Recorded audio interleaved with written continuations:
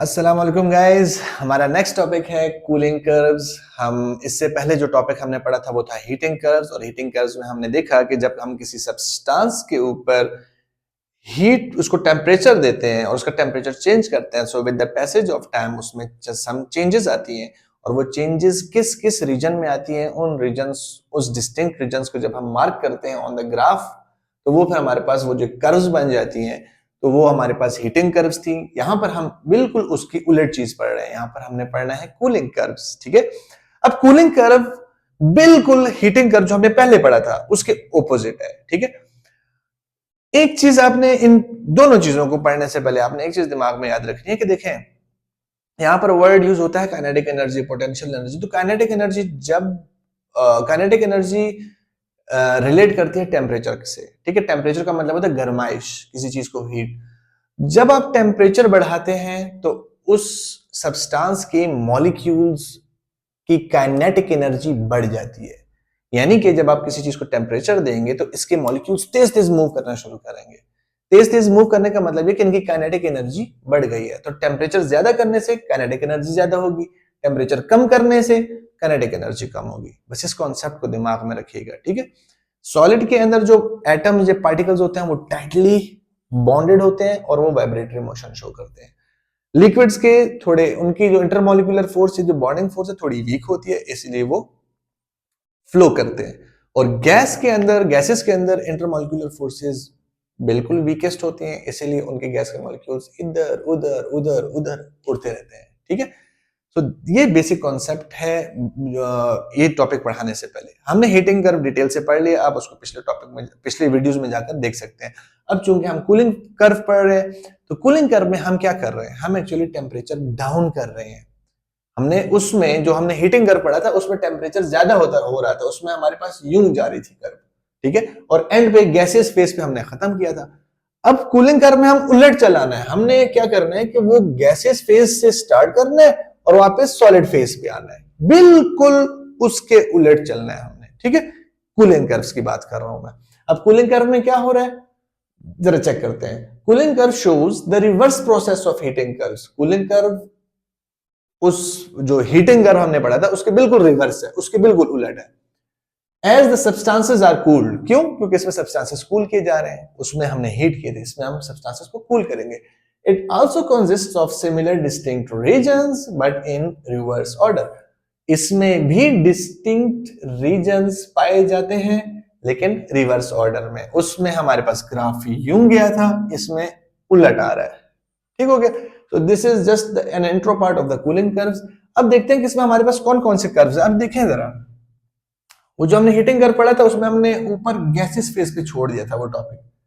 इसमें gases phase से start होके वापस सॉलिड फेज पे आ रहा है। तो गैसेस फेज मेरे पास ये है, ई से ऊपर वाला जितना भी है, यहां ऊपर से लेकर ई तक, ये मेरे पास गैस फेज है। ठीक है। तो हम देखते हैं gas phase, higher temperature to E, higher temperature to E, यानी हायर टेम्परेचर से ई की तरफ, ये वाला मेरे पास गैस फेज है। अब हम क्या करें, आप देखें ना, हमने इसमें भी, इस कूलिंग कर्व में भी हमने एक ग्राफ बनाया हुआ है। इस ग्राफ में टाइम हमने एक्स एक्सेस की तरफ दिया हुआ है और टेम्परेचर सेल्सियस में हमने वाई एक्सिस की तरफ दिया हुआ है। ग्राफ बनाते वक्त हमने ये दो कोऑर्डिनेट्स तो लाजमी शो करने होते हैं, एक्स एक्सिस वाई एक्सिस। इस तरफ टाइम, इस तरफ टेम्परेचर। अब देखें कि हायर टेम्परेचर से ई की तरफ ये जितना फेज है ये गैस फेज है। टेम्परेचर डाउन हो रहा है, नजर आ रहा है वहां से कि देखें ग्राफ नीचे आ रहा है। क्योंकि टेम्परेचर डाउन हो रहा है, टेम्परेचर डाउन होने की वजह से क्या होगा, आप अंदाजा लगाएं। मैंने अभी आपको पहले बताया कि अगर हम टेम्परेचर ज्यादा करते हैं काइनेटिक एनर्जी ज्यादा होगी, मॉलिक्यूल्स तेजी से मूव करने शुरू करेंगे। लेकिन उल्टा ही है, यहां पर क्या हो रहा है, टेम्परेचर डाउन हो रही है। जब टेम्परेचर डाउन होगी काइनेटिक एनर्जी डाउन होगी, काइनेटिक एनर्जी डाउन होगी, वो जो मॉलिक्यूल्स की मूवमेंट है वो स्लो हो जाएगी। ठीक है। अब जरा यहां पर चेक करते हैं, गैस फेज में, इस वाले में higher temperature to E, higher temperature से ई की तरफ आ रहा है। Temperature of gas decreases as it loses heat energy. यहां पर जब टेम्परेचर डाउन हो तो उस सब्सटेंस हीट एनर्जी को लूज कर देती है। Kinetic energy also decreases, temperature down हो रहा है तो काइनेटिक एनर्जी भी डिक्रीज होगी, और काइनेटिक एनर्जी डिक्रीज होगी तो क्या होगा, ये पढ़े, causing them to move less rapidly। अब जो सब्सटेंसेस हैं या उनके पार्टिकल्स हैं, अब उनकी मूवमेंट स्लो हो जाएगी। क्यों? क्योंकि काइनेटिक एनर्जी स्लो हो गई है। क्यों? क्योंकि टेम्परेचर डाउन हो गया है। ठीक है, अब यहां पर आते हैं कंडेंसेशन। अब कंडेंसेशन ये वाला पार्ट है हमारे पास, ई से डी। अब ई से डी आपको पता है कंडेंसेशन क्या होता है, हम पीछे डिटेल से पढ़ चुके हैं कि जब भी कोई गैस लिक्विड में कन्वर्ट होना शुरू हो जाए, वो कंडेंसेशन का प्रोसेस है। गैस लिक्विड में बन जाए या कन्वर्ट होना शुरू करे, वो प्रोसेस। अब आप देख रहे हैं यहां पर टेम्परेचर चेंज नहीं हो रहा, टेम्परेचर कांस्टेंट है, बिल्कुल बराबर। तो आप देखें यहां पर कि जब टेम्परेचर कांस्टेंट है तो इसका मतलब है काइनेटिक एनर्जी भी कांस्टेंट होगी, पोटेंशियल एनर्जी डिक्रीज होगी। तो काइनेटिक एनर्जी, देखो टेम्परेचर कांस्टेंट है तो काइनेटिक एनर्जी कांस्टेंट है, लेकिन पोटेंशियल एनर्जी डिक्रीज होगी। ठीक हो गया। और इस फेज में गैस से लिक्विड बनना स्टार्ट हो गया है, इसी को कंडेंसेशन कहते हैं। कंडेंसेशन ई से डी तक, कंडेंसेशन ई से डी तक क्या हो रहा है, potential energy is decreased, potential energy देखें डिक्रीज हो रही है। क्यों? As the temperature remains constant, क्योंकि टेम्परेचर देखें ग्राफ पे बिल्कुल कांस्टेंट जा रहा है। क्या होगा इससे, the lost heat energy is released. यहां पर जो एनर्जी लूज हुई थी, यहां पर देख रहे हैं मैंने लिखा था temperature of gas decreases at it loses heat energy, क्योंकि टेम्परेचर डाउन हो रहा है। जब टेम्परेचर डाउन होता है तो वो सब्सटेंस एनर्जी, हीट एनर्जी को लूज करते हैं। ये लूज एनर्जी कंडेंसेशन में रिलीज होना स्टार्ट हो जाएगी। अब ये हीट जो अब आगे यहां पर कंडेंसेशन में रिलीज हो रही है, इससे होता क्या, इससे होता ये वो जो गैस पार्टिकल्स हैं उनकी कुछ बॉन्डिंग फोर्सेस होती है, जिसको हम कहते हैं इंटरमॉलिक्यूलर फोर्सेस। ठीक है, इंटरमॉलिक्यूलर फोर्सेस उन सब्सटेंसेस को या उन पार्टिकल्स को एक दूसरे के करीब लाना शुरू कर देंगे। क्योंकि पहले तो गैस थे, गैस के मॉलिक्यूल्स थे, वो गैस के मॉलिक्यूल्स के जो बॉन्डिंग फोर्सेस हैं, जिसको हम इंटरमॉलिक्यूलर फोर्सेस कह सकते हैं, वो कुछ भी हो सकते हैं। वो आयनिक हो सकते हैं, कोवैलेंट हो सकते हैं, कोऑर्डिनेट कोवैलेंट हो सकते हैं, हाइड्रोजन बॉन्ड हो सकते हैं, पोलर हो सकते हैं, नॉन पोलर, तो कुछ भी हो सकता है। जो whatever the name comes into your mind, that bond are included into the intermolecular forces. ठीक है, हम उस टॉपिक में नहीं जाते। अभी हमारा टॉपिक ये कि जब भी वो गैस जो यहां पर लूज हुई थी वो कंडेंसेशन में रिलीज हो जाएगी, जिसकी वजह से intermolecular forces of the gases वो एक दूसरे के करीब आना शुरू हो जाएंगे। अब गैसेस के मॉलिक्यूल्स एक दूसरे के करीब आना स्टार्ट हो जाए तो उनके इंटरमॉलिक्यूलर फोर्सेस उनको करीब ला रहे हैं। अब वो क्या बनना स्टार्ट हो जाते हैं, लिक्विड। और जब गैस मॉलिक्यूल्स लिक्विड बनना शुरू हो जाए, यही तो कंडेंसेशन कहलाता है, और यही तो हम पढ़ रहे हैं। तो यहां पर क्या हो रहा है, which forces the intermolecular force to bring the gas particles closer to each other। Gas particles दूसरे के करीब आना शुरू हो जाएंगे। क्या होगा इससे, to condense the gas into liquid। अब गैस के मॉलिक्यूल्स कंडेंस होकर लिक्विड बनना शुरू हो गए।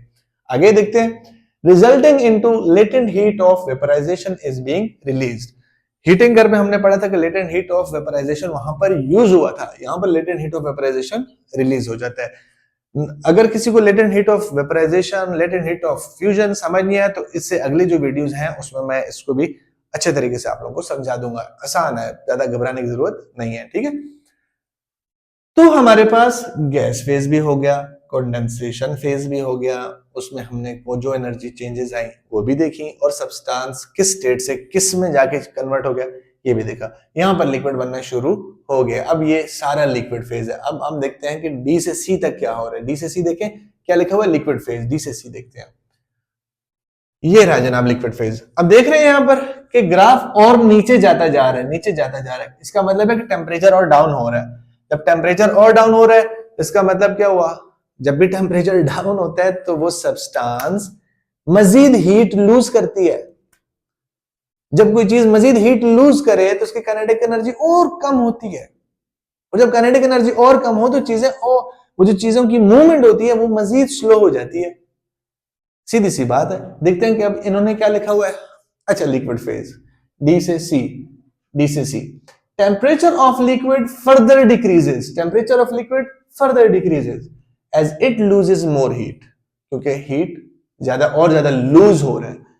काइनेटिक एनर्जी आल्सो डिक्रीजेस, नजर आ रहा है, causing the particles to move more slowly, particles और ज्यादा स्लो मूव करना स्टार्ट हो गया। ठीक है, लिक्विड फेज खत्म हुआ, पार्टिकल एक दूसरे के करीब आना स्टार्ट हुए।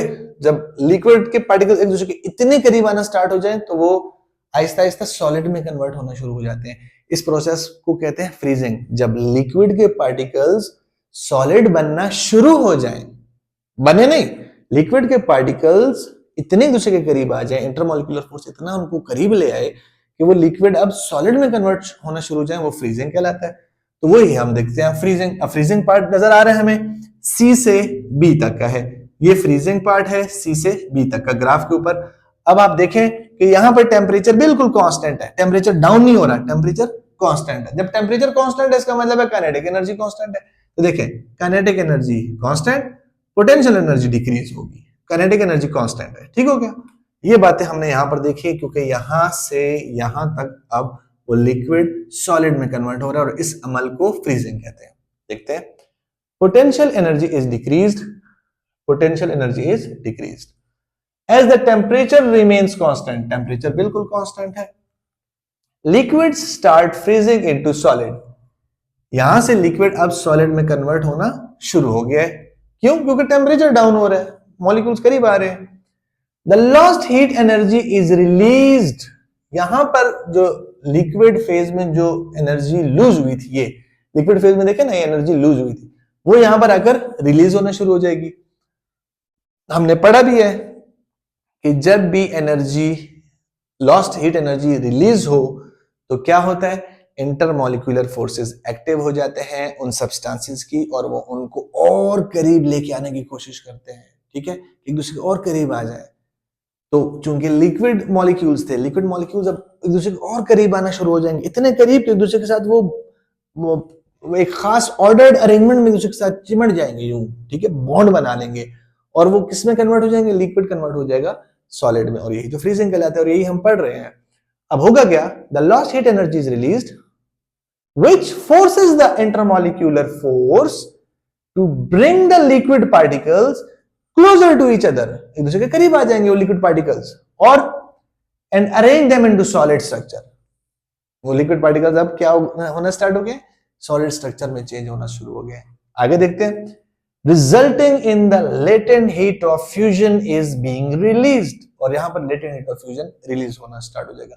जो हमने हीटिंग कर पढ़ा था वहां पर तो एब्जॉर्ब हो रहा था, latent heat of fusion use हो रहा था, यहां पर रिलीज हो रहा है। ठीक है, लास्ट हमारे पास यहां तक फ्रीजिंग हो गया। अब ये बी से ए या ए से नीचे ये सारा सॉलिड फेज है। ठीक है, तो लास्ट है हमारे पास सॉलिड फेज। सॉलिड फेज क्या कहता है, बी से A and below, and below. आप देख रहे हैं कि ग्राफ नीचे जा रहा है, नीचे जाने का मतलब ये कि जो टेम्परेचर है, ये देखें ये टेम्परेचर एक्सिस है, टेम्परेचर बिल्कुल नीचे जा रहा है with the passage of time, नीचे जा रहे हैं। अब नीचे जाने से क्या होगा, टेम्परेचर जब नीचे जाए इसका मतलब ये हुआ काइनेटिक एनर्जी भी कम हो रही है। काइनेटिक एनर्जी कम हो रही है इसका मतलब है कि वो जो मॉलिक्यूल्स की मूवमेंट है वो भी और कम हो रही है। यही बात देखते हैं यहाँ पे। Temperature of solid further decreases, temperature of solid further decreases as the solid continues to lose heat.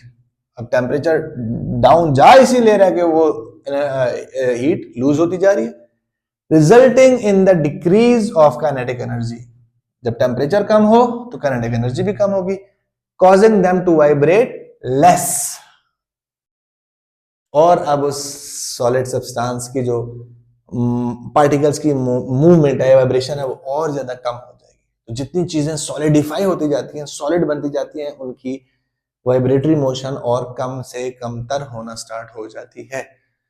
तो nothing to worry about, this is a very simple topic. You just have an observer eye on this graph. First try to take the concept out of it. Once you got the idea, once you fully understand this graph, then it would become easy for you to write all the information from different phases, from different phases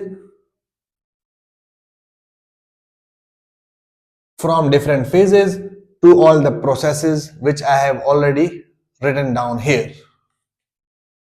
I hope आपको समझ आ गया होगा। अगर फिर भी नहीं समझ आया, एक दफा इसको दोबारा देखें, अकेले बैठ के देखें, रिलैक्स होके रफ कॉपी लें, इस ग्राफ को पहले समझें, फिर इसको ये लिखने वाली चीजें जो मैंने लिखी हैं इसको समझें। आपके लिए कौन सा बिल्कुल आसान हो जाएगा, ये टॉपिक बिल्कुल आसान हो जाएगा।